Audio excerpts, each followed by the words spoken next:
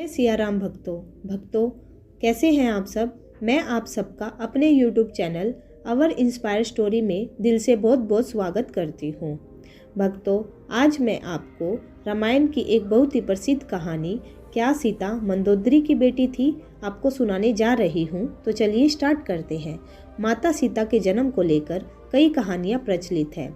कोई कुछ कहानी सुनाता है तो कोई कुछ, इसलिए साफ साफ कहना मुश्किल है कि सीता की माता कौन थी।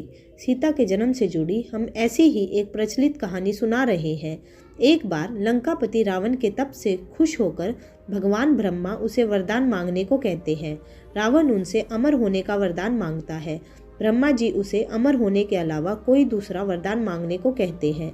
रावण वरदान में मांगता है कि मुझे सुर असुर पिशाच नाग किन्नर या अप्सरा कोई भी न मार सके।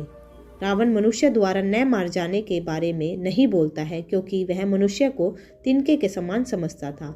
वरदान पाने के बाद रावण हर तरफ तबाही मचाना शुरू कर देता है। एक दिन वह दंडकारण्य नामक जगह पहुंचता है जहां ऋषि मुनियों का निवास था।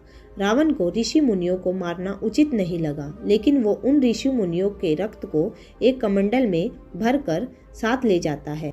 वह कमंडल गृत्समद ऋषि का था, जो पुत्री की लालसा में माता लक्ष्मी से प्रार्थना करते थे कि वह उनके घर पुत्री के रूप में जन्म ले।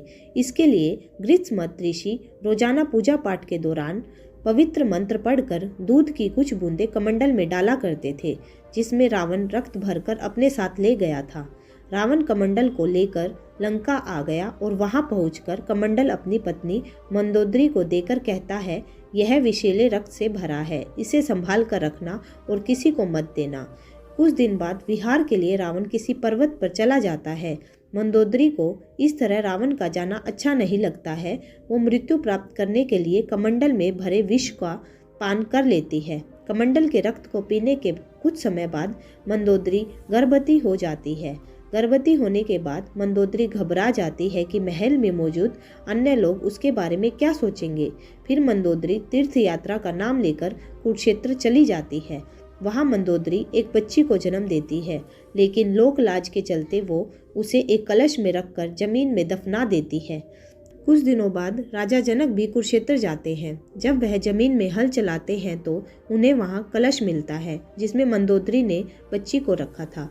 बच्ची को कलश से निकालते ही आसमान से फूलों की वर्षा होने लगती है और साथ में आकाशवाणी भी होती है।